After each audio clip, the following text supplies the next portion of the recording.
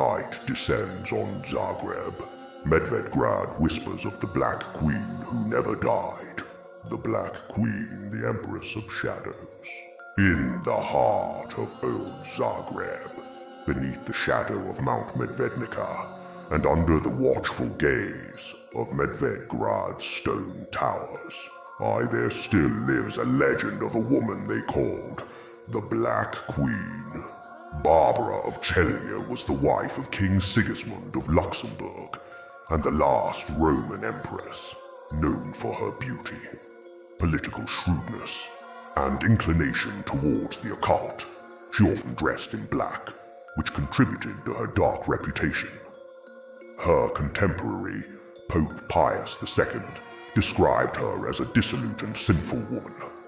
Yet behind those words and judgments, behind the splendor of imperial courts and political intrigues, there hid a woman whose heart beat in rhythm with darkness and power. She was a queen who knew secrets others burned for on pyres, a mistress of the gaze before which men trembled and women whispered prayers. When she set foot upon the ground of Medvedgrad, it seemed as though even the mountain itself fell silent, as if it sensed that beneath her step came something not of this world. The wind from Medvednica howled that night like a lost soul, and the fog, thick and heavy, descended along the slopes, hiding the towers of Medvedgrad from mortal eyes. Only the bravest, or the most foolish, dared to approach the fortress then, for it was said that within its walls still dwelt the Black Queen, a ruler who had never truly met death, but had outwitted it through a pact with dark forces. Barbara of Celje, a name people whispered with fear and reverence. She was a woman who knew more than any mortal should. She read from ancient books written in ash, conversed with ravens, and was always clad in black as if in mourning for a world to which she never truly belonged. Her eyes, they said, bore the reflection of a mirror in which one could see the sins of those who dared to look into them. They said she had a black raven, a bird more loyal than any human, which carried out her commands and brought her the souls of those who defied her. When the raven landed on someone's window, it was known. Soon the church bells would toll for another lost soul.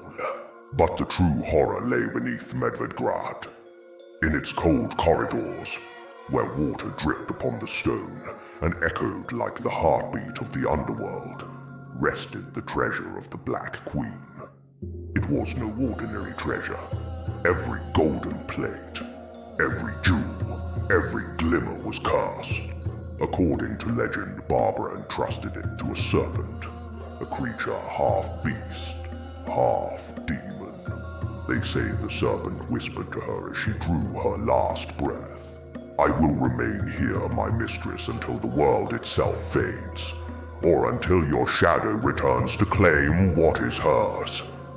And so the centuries passed. The city beneath Medvednica grew, and people forgot. But from time to time, on stormy nights, when thunder split the sky and the clouds roared like war drums, atop the tower of Medvedgrad appeared a woman in black. In her hand she held a goblet of dark gold, and around her circled a raven with eyes that burned like embers. Some say she seeks the soul that will release her from her curse. Others claim she laughs, softly, eerily, as if she knows a secret even death cannot remember. But one thing is certain. As long as Medvednica stands, the Black Queen will never die. For her name is written not in ink, but in shadow, in every stone, in every wind that whispers from the mountain. Thanks for watching.